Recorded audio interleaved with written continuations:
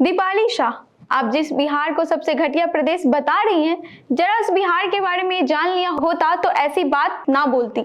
आइए आपको बताते हैं कि बिहार ने इस देश को क्या दिया है। दुनिया की सबसे पुरानी यूनिवर्सिटी बिहार से है। दुनिया का सबसे पुराना हिंदू मंदिर बिहार से है। दुनिया का सबसे बड़ा और ऊंचा स्तूप भी बिहार से है।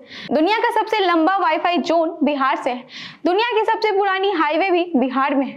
भारत के 10 सबसे बड़े पुलों में से 4 बिहार में है। प्रदेश जो यूपी के बाद सबसे अधिक आईएएस अधिकारी देता है वही बिहार है। दुनिया के 2 बड़े धर्म जैन और बुद्ध, उनके प्रमुख स्थान भी बिहार से है। जिसने दुनिया को जीरो दिया या जो भारत का प्रथम राष्ट्रपति बना, उन दोनों का जन्म भी बिहार में हुआ।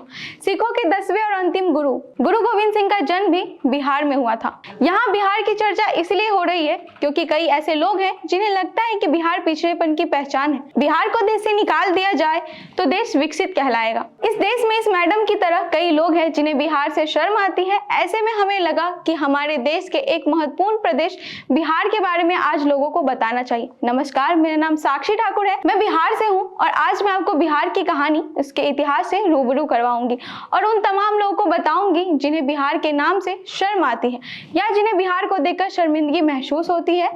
ये जो वीडियो में आप मैडम को देख रहे हैं, यह मैडम एक शिक्षिका है और किसी सामान्य स्कूल की टीचर नहीं, यह केंद्रीय विद्यालय की शिक्षिका है।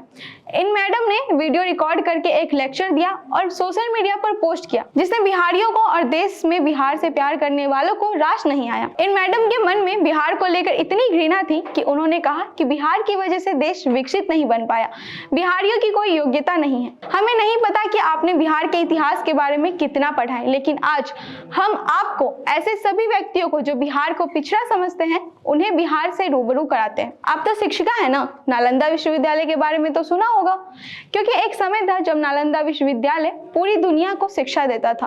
विक्रमशिला विश्वविद्यालय के बारे में तो सुना होगा। क्या आपने सम्राट अशोक के बारे में सुना है? उन्हें सम्राटों का सम्राट कहा जाता है, जिन्होंने अपने जीवन में एक भी युद्ध नहीं हारा। अपने शासन में उन्होंने विश्वविद्यालयों का निर्माण करवाया और जब उन्होंने हथियार को त्याग दिया तो सत्य और शांति का ऐसा पाठ पढ़ाया जिसकी मिसाल आज पूरी दुनिया में दी जाती है। आप सरकारी कर्मचारी है ना, अशोक की लाट तो आपने देखी होगी, जिसका अर्थ होता है सत्य हमेशा जीतता है।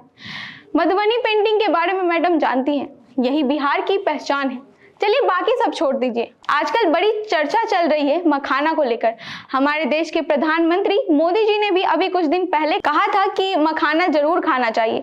क्या आप जानती हैं कि सबसे ज्यादा मखाना बिहार में होता है और वही पूरी दुनिया में यहीं से जाता है। लीची तो आपको पता ही होगा ना, बड़ी मीठी होती है। थोड़ी जवान भी होती तो शायद बढ़िया होता, लेकिन नहीं, लीची भी इसी बिहार से आती है। आपने मुंह उठाकर बिहार को बुरा कहना शुरू कर दिया, लेकिन काश कि आप बिहार के बारे में थोड़ा सा पढ़ लेती।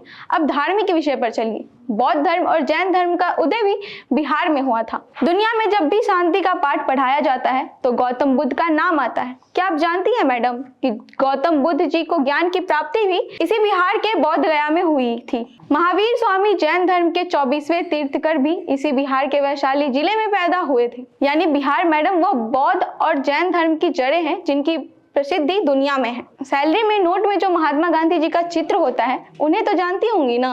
महात्मा गांधी जी ने आजादी की लड़ाई इसी बिहार के चंपारण से शुरुआत की थी। सत्याग्रह किया था और यही सत्याग्रह चंपारण से शुरू हुआ था, जिसने बाद में अंग्रेजों के खिलाफ एक बहुत बड़े आंदोलन का रूप ले लिया। मैडम, जिस बिहार के प्रति आप अपमानजनक बातें कर रही थी, उसी बिहार से निकला हुआ एक व्यक्ति भारत का पहला राष्ट्रपति है। नाम तो सुना होगा आपने, डॉक्टर राजेंद्र प्रसाद। पता नहीं मैडम, आप एक शिक्षक होते हुए आपको बिहार की शिक्षा और साहित्य के बारे में कितना मालूम है, लेकिन हम आपको बता देते हैं कि सिविल सेवा की परीक्षाओं में बिहार का हमेशा से दबदबा रहा है। हर साल बड़ी तादाद में बिहार के युवा यूपीएससी की परीक्षा पास करते हैं और कई आईएएस, आईपीएस, आईएफएस भी बिहार से ही निकलते हैं। चलिए वाईफाई का भी जिक्र कर लेते हैं ताकि आपको जानकारी हो। क्या आप जानती हैं कि दुनिया का सबसे लंबा वाईफाई जोन बिहार की राजधानी पटना में है और आपको जानकर हैरानी होगी कि इसका कवरेज एरिया 20 किलोमीटर का है। इससे पहले जो रिकॉर्ड था वह चीन के नाम था, जिसका वाईफाई नेटवर्क 3.5 किलोमीटर था, जबकि बिहार ने इसे लगभग 6 गुना बढ़ा दिया। वही इंटरनेट जिससे आपने वीडियो अपलोड किया था और बिहार के लोगों पर टिप्पणी की थी। आपको पता होना चाहिए था कि दुनिया को जीरो भारत ने दिया था और जीरो का आविष्कार करने वाले महान गणितज्ञ आर्यभट्ट साहब भी इसी बिहार के थे। बिहार की धरती ज्ञान, वीरता, राजनीति, साहित्य, संस्कृति और उद्योग का संगम रही है। आपको ऐसा कुछ देखने के बाद तुरंत जज नहीं करना चाहिए था। आपको सोचना चाहिए था कि जिस बिहार का अपमान कर रही है उसी बिहार में आपको नौकरी दी गई थी।